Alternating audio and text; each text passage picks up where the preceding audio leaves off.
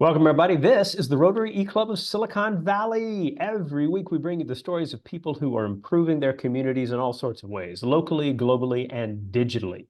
We're part of Rotary International, over 1 million people in 36,000 clubs who take that seriously, the service above self motto that we have, and getting together with others to share their time, treasure, talent, and quirks to figure out cool things that can improve the lives of others. We're excited today to have with us a luminary, a literary luminary. We're going to call you, Emily. She is the president of the American Library Association.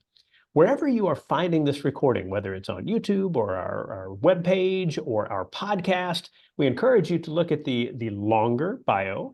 But we're going to jump straight into what today will be a conversation. We're doing an interview, and we're excited to have the opportunity to talk with someone who can tell stories that my guess is you're going to be like, what, really, in libraries? So that's why we are doing this today. Emily, welcome to the Rotary E-Club of Silicon Valley. Thank you, Russian. I'm so delighted to be here and delighted to be talking with your members. Totally cool. The thing that got me all excited we got to get this person on was hearing an interview with you where you talked about the many ways that libraries are serving their communities, most of which in the interview I thought to myself, really? Right? And I'd love for you to start by jumping into that. Talk about, your experience being the president of the American Library Association and what you're learning about innovative approaches to serving the community that libraries are engaged in all over the place. I'll be honest, much of what I've learned about what libraries are doing has blown my mind as well. I have spent most of my career as an academic librarian where I'm, working with students to help them complete their term papers. But it's only since taking office as president of the American Library Association that I've had the opportunity to visit school, public, and academic libraries all across the country and really all across the world, seen some extraordinary things that I had no idea about. I'll give you a couple of examples. I was touring libraries in Iowa last summer as I kicked off my year and saw a few different things that amazed me. One was a library in Des Moines, Iowa that was holding butter carving lessons at the library in advance of the Iowa State Fair, so that you didn't have to just look at the butter cow, you could learn to make your own at the library. There's a library in Ames, Iowa, that at the adult services desk, they had the tray of reading glasses of various strengths.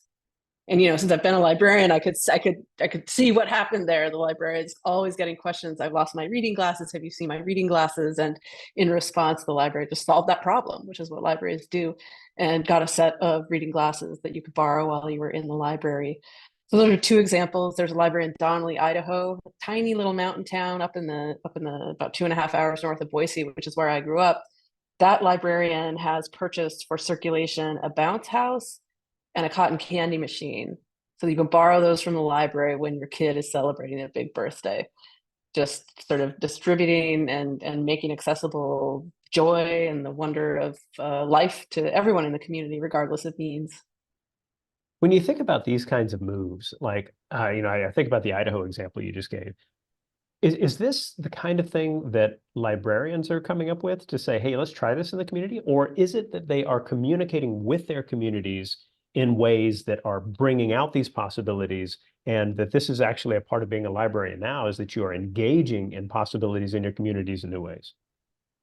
I think it's always been a part of what libraries do. We've always worked to connect people to resources of all kinds, right? And I think it goes both ways and all around and mixed up. Sherry Shaline is the librarian out in Donnelly, and she looks at her community and sees what they need. And she does that because she lives in the community. She has takes care of children in the community. She works in the community. This is like where she lives. And so she sees a place where a lot of people are living below the poverty line, where the opioid epidemic has devastated certain parts of the community. And she sees not only a need for programs like after school programs for kids, which she runs out of the library, but also a need to bring some pleasure back into the lives of people who are struggling. And so those are her ideas, but she gets them from talking with and working with the community. And I think that's true in most libraries. And what I will say is that we are very open always to partnerships, collaborations, conversations about how we can work together. It's a highly collaborative field, which is one of the things I like best about being part of it. It strikes me that the experience of working at a library has expanded in many ways. I mean, like as an educator, I think about what schools have to be able to be for their communities, and that libraries may be going through something similar. Would you describe that similarly? Absolutely. I think the remit of public libraries has expanded greatly as other forms of the social safety net have sort of frayed or been subject to different kinds of restrictions and constraints. So libraries have to expand their mission to respond to the needs that are generated in our communities. We're highly adaptable organizations. So if you've got, I think about when the COVID-19 pandemic hit, libraries became one of the only places where you could pick up a COVID test. And that's because libraries circulate things. They circulate public goods among the public, whereas the library and the post office, and schools, right? And that's sort of what you've got going. But it makes sense in some ways to locate services inside the library when you want everyone to have access to them. I only wish, and I think my colleagues wish, that libraries were funded and supported in ways that could allow them to make good on that mission. Another parallel with the schools right there for sure. Yep. Now, is it the case that in talking about the things that libraries do, so many people in the community really have to get into a space of thinking about libraries differently than maybe they did 10, 20, 30, 40 years ago? And if so, can you characterize that shift? I think people who use the library heavily, which is a whole lot of people, a ton of Americans, heavy users of their libraries, they don't have to make that shift because they already know about it. I think if you live in a community in the Southern Adirondacks, for example, in New York State, where libraries have a partnership with local farmers to take excess produce and offer it to the communities in free food refrigerators that are set up in every library in the region. If you are someone like a woman I learned about recently who's 80 years old and walked into her branch to say thank you because she had never tasted a fresh beet before. The library had given her that experience. So people like her, they don't need they don't need to change how they think about libraries.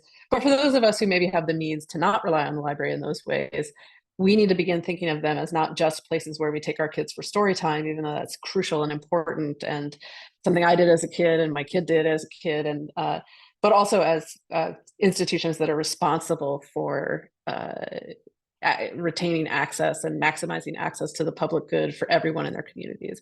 So to see them as not just repositories of books, but actually quite connected, lively, engaged institutions that knit together the best parts of any community.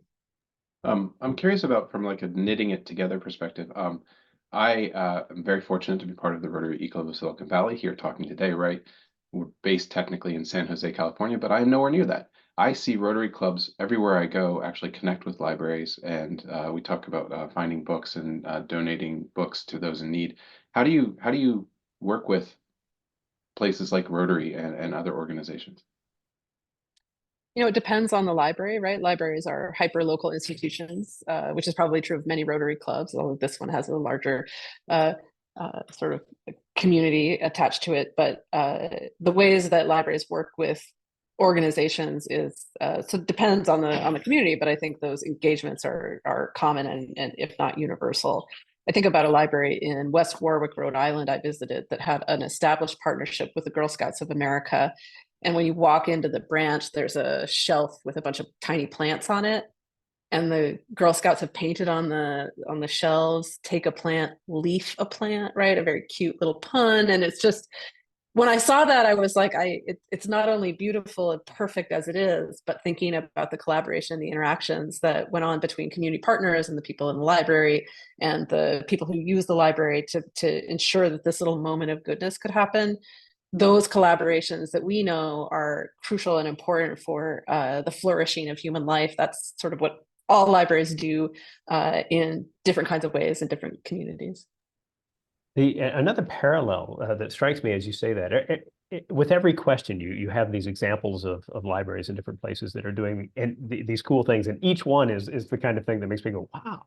And Yeah. as a Rotary Club doing what we do, connecting with people around the world to share their stories, I feel like, that's something I can do as well. Somebody says, oh, I'd love to learn more about, people who are working with, oil fields. And it's like, all right, well, here's a crowd, Renewell, which takes, these old places and turns the equipment that's there into battery storage for renewable energy.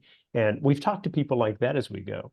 If somebody said libraries, I'd say, oh, well, there's Anthony Chow at San Jose State University and Reading Nation Waterfall and all they're doing to get more books and more libraries onto lands that are populated by indigenous North Americans. And so a lot of really cool things there for you. What is that? I mean, here we are talking with a librarian about stories. What is it that you feel like for yourself about encountering all of these stories? I mean, you're not just a person running an organization. There's a personal element to this as well, I'd guess. It can feel some days like a tough time in America, right? Where we've got a whole lot of conflict, we've got a whole lot of challenge, and sometimes it feels scary, to be perfectly honest, to live in this country right now and just like wondering what the future will hold. But I never feel that when I go into a library or I talk to a librarian. These are stories of hope. They're stories of wonder. I think about, this Monday. So I'm talking to you on the Friday of the eclipse week, and how many Americans were able to take advantage of this wondrous celestial event in our skies because of the public library, because of the distribution of eclipse glasses to people in communities. That's how I got to look at it, right? I was lucky enough to get a pair from a staff person at the Brooklyn Public Library, which I then shared with everybody who was standing around me, when I was like at the airport. And moments like that where people are together and across any kind of sort of social or political lines of difference, but everybody's together, caring about kids reading, caring about people being able to access the internet, caring about fresh food in your communities, like all of those things. When I see people working together to bring those good things about and doing that in the library, it gives me hope, right? It makes me get up in the morning and think, well, I want to do everything I can to make sure that everybody in the world knows the importance of the library and the good things that are happening there, that are counter to some of the stories we hear about this country that can make it feel quite dire. When I go into a library, I'm like, this country's great. Look what we do. Look what we do in communities. No matter who you are, you're welcome here. Is that the essential description of a library, that they are repositories of positive, repositories of goodness, repositories of hope? I mean, that's as good a definition as I've heard. Absolutely. Yeah. I love it. I love it. Nick, I know that you've got another thought. Jump on in. Well, I'm thinking of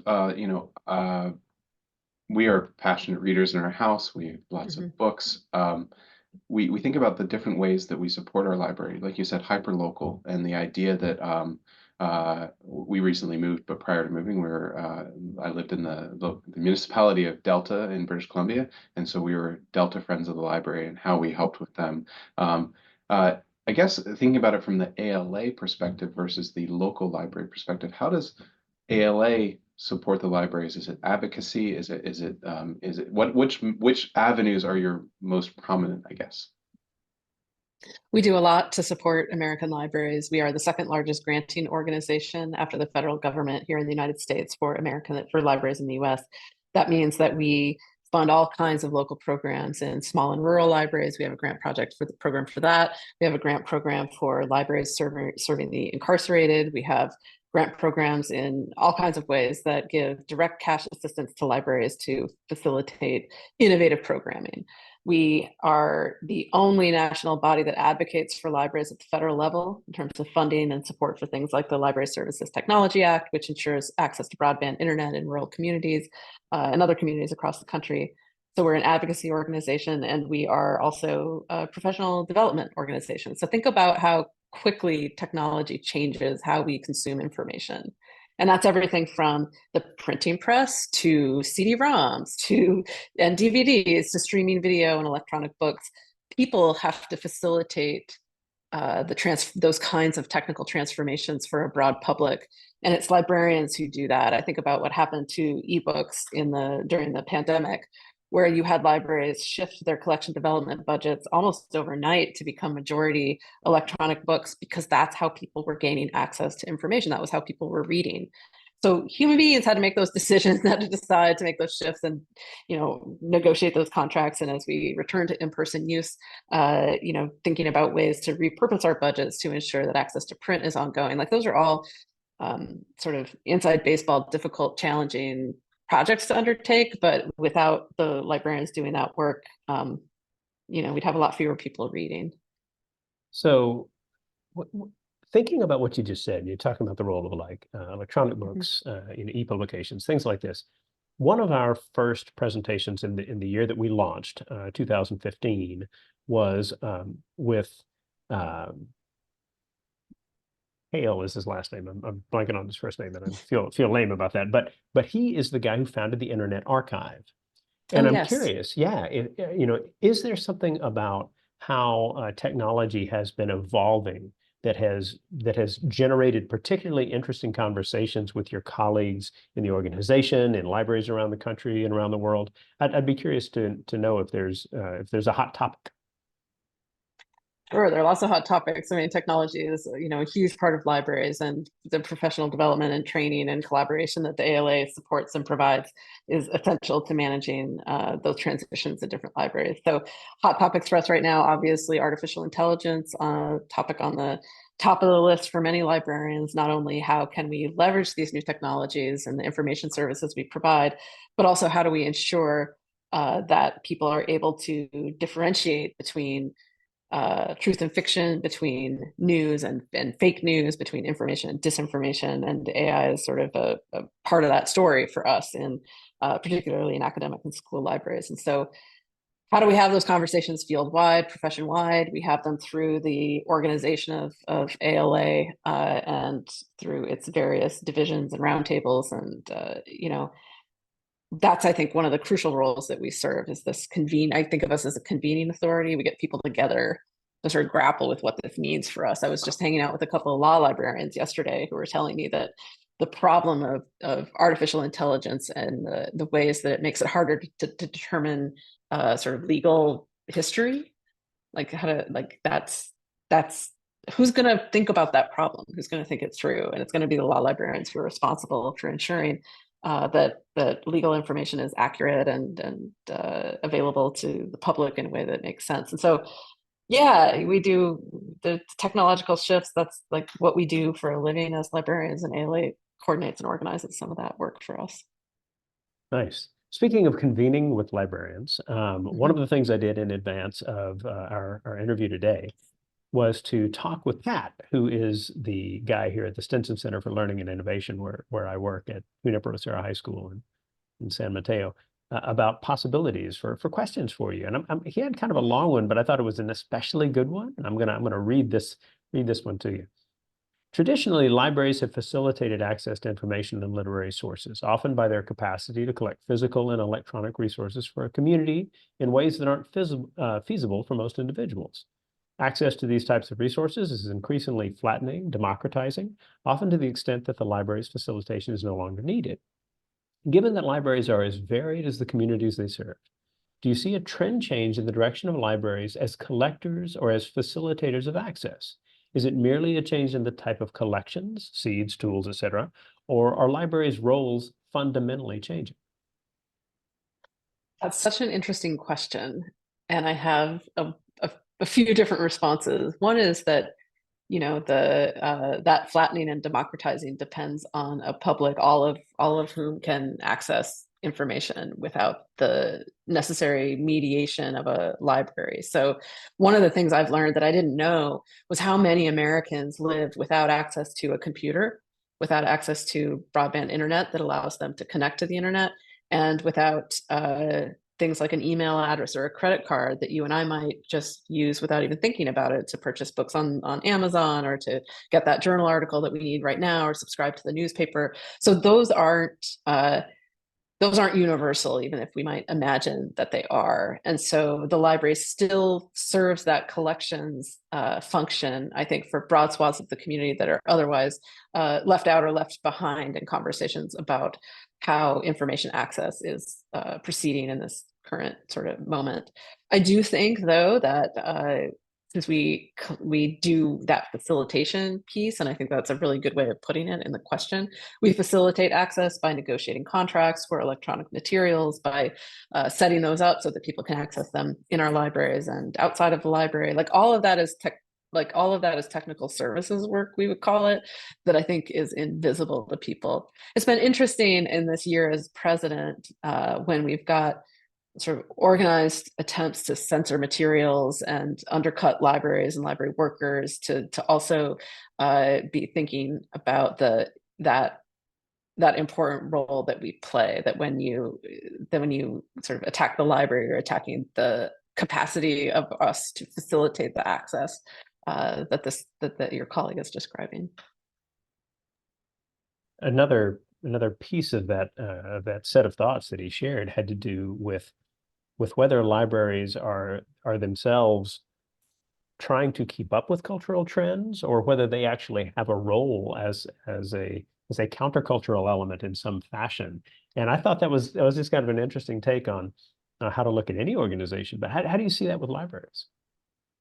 Yeah, I don't think that we're like chasing trends, really. Like, I think in many ways we are simply responding to what is happening in our communities. So when you couldn't come into the library for story time, right, librarians were instantly trying to figure out ways to bring story time to people in their homes during the time that we couldn't circulate, right? And that's not a trend piece for us. That is like fundamental service model that we have. If that we see a problem, we try to solve it. So I think that's crucial. But I do think there's something. I was thinking about this when I had that pair of Eclipse glasses. I was on my way to a conference in Toronto, and standing outside with the glasses I got from the library at curbside check-in at LaGuardia Airport. And I took off my glasses and I handed them to the guy doing the curbside check-in. Hey, do you want to take a look at the sun? He took a look. And then he passed them to his colleague, who took a look. And then there was a woman who said, I got them shipped to my house on Martha's Vineyard, but I'm not on the vineyard. I'm in Manhattan, right? So somebody from a completely different class background from the person checking her bags in, but equally interested in taking a look at the sun. And so I gave her the glasses and she looked. And, we made this sort of instant community of people able to be together in a space of wonderment, and that was facilitated entirely by the library. And I can't think of another sort of institution that shares that aggressively, right? I was thinking about how much of the joy we were taking from the Eclipse was the joy of sharing with each other. And that's not something that I think we do very well in this country, right? Everybody wants their own of everything. But so the library as a space that says it's better when we share things in common. That feels counter to a lot of the other kinds of things I see happening in this country. The frame of thinking of libraries just in the very kind of human sense of sharing is a really nice one to have there.